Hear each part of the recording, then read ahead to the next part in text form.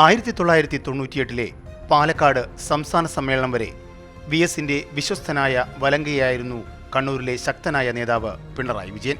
മറുവശത്ത് EMS നമ്പൂതിരിപ്പാടും EK നയനാരും അടങ്ങുന്ന മുതിർന്ന നേതാക്കളുടെ മറ്റൊരു ഗ്രൂപ്പും. തലമുറ മാറ്റം വേണമെന്ന ശക്തമായ വാദമാണ് വി എസ് അക്കാലത്ത് മുന്നോട്ട് വച്ചത്. EMSനെയും EK നയനാരെയും വെട്ടി പാർട്ടി പിടിക്കുകയായിരുന്നു അക്ഷരാർത്ഥത്തിൽ വി എസ് ചെയ്തത്. 1998 സംസ്ഥാന സെക്രട്ടറിയായിരുന്ന ചടയൻ ഗോവിന്ദന്റെ നിര്യാണത്തെ തുടർന്ന് പിണറായി പാർട്ടി സംസ്ഥാന സെക്രട്ടറി ആയ ശേഷമാണ് പാർട്ടിയിൽ വിഭാഗീയ പ്രവർത്തനങ്ങൾ രൂക്ഷമായത്. സംസ്ഥാന സെക്രട്ടറിയായി പിണറായി വിജയനെ നിർദ്ദേശിച്ചത് വി എസ് അച്യുതാനന്ദനായിരുന്നു. പാർട്ടിയിലെ സീനിയോറിറ്റി പോലും കണക്കിലെടുക്കാതെയാണ് വി എസ് അക്കാലത്ത് പിണറായി വിജയന് അകമഴിഞ്ഞ പിന്തുണ നൽകിയത്. എന്നാൽ പിണറായി വിജയൻ പാർട്ടി സെക്രട്ടറി ആയതിനു പിന്നാലെ കാര്യങ്ങൾ കൈവിട്ടുപോയി. പാർട്ടി സെക്രട്ടറി പിണറായി ആണെങ്കിലും ഭരണം മുഴുവൻ വി എസിന്റെ കയ്യിലായിരുന്നു. പല സംസ്ഥാന കമ്മിറ്റികളിലും ഏകപക്ഷീയമായി വി എസ് കാര്യങ്ങൾ തീരുമാനിച്ചു.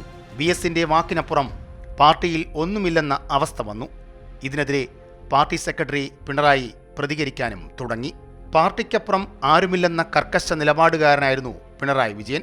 ആദ്യകാലത്തെല്ലാം വി എസിന് തന്നെയായിരുന്നു കൂടുതൽ പിന്തുണ. പാർട്ടി നിലപാടിന് വിരുദ്ധമായും വി എസ് നിലപാടുകൾ സ്വീകരിക്കാൻ തുടങ്ങി. ജനങ്ങൾക്കിടയിൽ വി എസിന് വലിയ പ്രതിച്ഛായ ഉണ്ടാകാൻ ഇത് കാരണവുമായി. പിൽക്കാലത്ത് ജനകീയ നേതാവ് എന്ന നിലയിൽ വി എസ് കളം നിറഞ്ഞപ്പോൾ പാർട്ടിക്കുള്ളിലെ സ്വാധീനം കുറഞ്ഞു വന്നു. പാർട്ടിയിൽ പിണറായി വിജയൻ കൂടുതൽ ശക്തനാകാൻ തുടങ്ങിയതോടെ കാര്യങ്ങൾ മാറിമറിഞ്ഞു. ഇതോടെ പിണറായി വി എസ് ഭിന്നത കൂടുതൽ പരസ്യമായി. 2002 കണ്ണൂരിൽ സംസ്ഥാന സമ്മേളനം നടന്നപ്പോൾ പിണറായി വിജയനും വി എസും വിരുദ്ധ ചേരികളായി വിഘടിച്ചു മാറിയിരുന്നു. അവിടെ വച്ച് പിണറായി പക്ഷവും വി എസ് പക്ഷവും രൂപം കൊണ്ടു. അങ്ങനെ വി എസ് പക്ഷമെന്നും പിണറായി പക്ഷമെന്നും രണ്ട് ഗ്രൂപ്പുകൾ രൂപം കൊണ്ടു. പിന്നീട് 2005 നടന്ന മലപ്പുറം സമ്മേളനത്തിൽ പിണറായി വിജയൻ ആധിപത്യം ഉറപ്പിച്ച് പാർട്ടിയിലെ ഔദ്യോഗിക പക്ഷമായി മാറി. പാർട്ടിക്ക് മുകളിൽ വളരാൻ വി എസ് ശ്രമിക്കുന്നു എന്നതായിരുന്നു അക്കാലത്ത് ഔദ്യോഗിക പക്ഷത്തിന്റെ ആരോപണം. പിന്നീട് നടന്ന 2008 കോട്ടയം, 2012 തിരുവനന്തപുരം സമ്മേളനത്തിലും അത് ആവർത്തിച്ചു. 2015 ആലപ്പുഴയിൽ സംസ്ഥാന സമ്മേളനത്തിനെത്തിയപ്പോൾ അത് പൂർണ്ണമായി. 2013 ശേഷം വി എസിന്റെ സ്വന്തം ചേരിയിൽ ഉണ്ടായിരുന്നവർ പോലും ഭൂരിഭാഗവും മറുകണ്ഠം ചാടി. പിന്നീട് തിരിച്ചടിക്കാൻ അവസരം കാത്തിരുന്നു വി എസ് അച്യുതാനന്ദൻ. ലാവ്ലിൻ കേസ് ആയുധമാക്കി വി എസ് പിണറായിക്കെതിരെ ഒളിഞ്ഞും തെളിഞ്ഞും രംഗത്തെത്തി. ലാവ്ലിൻ കേസിനെ സംബന്ധിച്ചുള്ള ഫൈനൽ വിധി പറയേണ്ടത് കോടതിയല്ലേ എന്ന് വീക്ഷിക്കപ്പെടും, സംശയമൊന്നും വേണ്ട.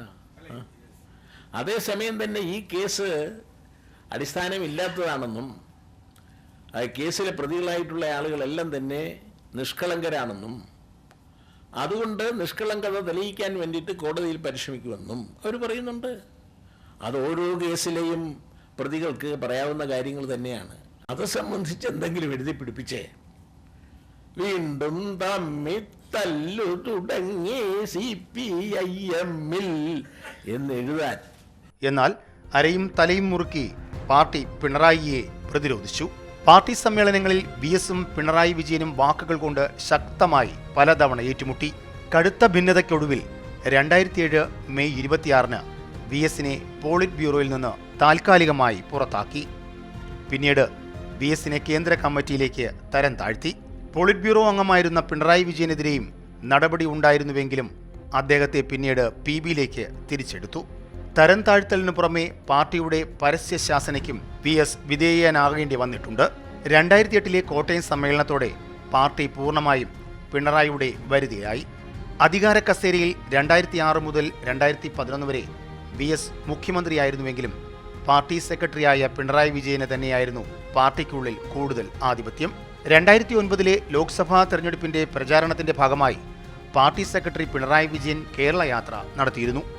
കേരള യാത്രയുടെ സമാപന പരിപാടിയിൽ വി എസ് പങ്കെടുക്കുമോ എന്ന് സംശയവുമായിരുന്നു. എന്നാൽ എല്ലാവരെയും ഞെട്ടിച്ച് ശംഖുമുഖത്തെ സമാപന വേദിയിൽ വി എസ് എത്തിയത് അണികളെ അമ്പരപ്പിച്ചു. പക്ഷേ വി എസിനെതിരെ പിണറായി നടത്തിയ പ്രസംഗവും അതിന് വി എസ് നൽകിയ മറുപടിയും വൻ വിവാദമായി മാറി. കുട്ടി വേഗം പോയി ഒരു ബക്കറ്റ് എടുത്തുകൊണ്ട് വന്നു. ഇതിൽ ഇങ്ങ് കോരി വെള്ളം എടുത്തുകൊണ്ട് വെച്ചു. അതിങ്ങനെ നോക്കിക്കൊണ്ടു അടിക്കുന്നില്ല, ഇത് തിര വരുന്നില്ല. അപ്പോൾ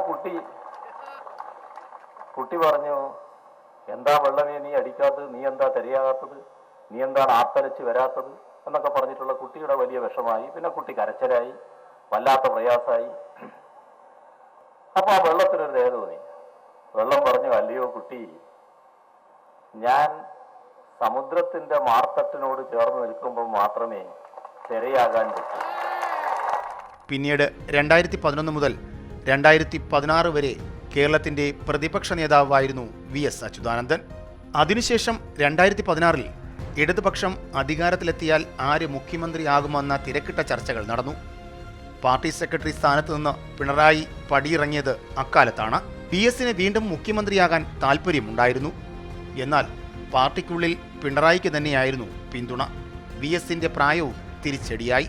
മുഖ്യമന്ത്രിയായതോടെ CPMൽ പിന്നീട് ഒരു പക്ഷം മാത്രമായി മാറി. VS പക്ഷം പൂർണ്ണമായും ഇല്ലാതാകുന്ന കാഴ്ചയാണ് പിന്നീട് കണ്ടത്. VS പക്ഷത്തുണ്ടായിരുന്ന പ്രമുഖ നേതാക്കൾ പോലും പിന്നീട് പിണറായി വിജയനൊപ്പം ഉറച്ചു നിൽക്കുന്ന കാഴ്ചയാണ് കേരള രാഷ്ട്രീയം കണ്ടത്. തൻ്റെ രാഷ്ട്രീയ എതിരാളികളെപ്പോലും വാക്കുകൊണ്ടും സംസാരത്തിൻ്റെ ശൈലി കൊണ്ടും നേരിട്ട വ്യക്തിത്വമായിരുന്നു VS എന്ന VS അച്യുതാനന്ദൻ്റേത്. News desk, Amrita news.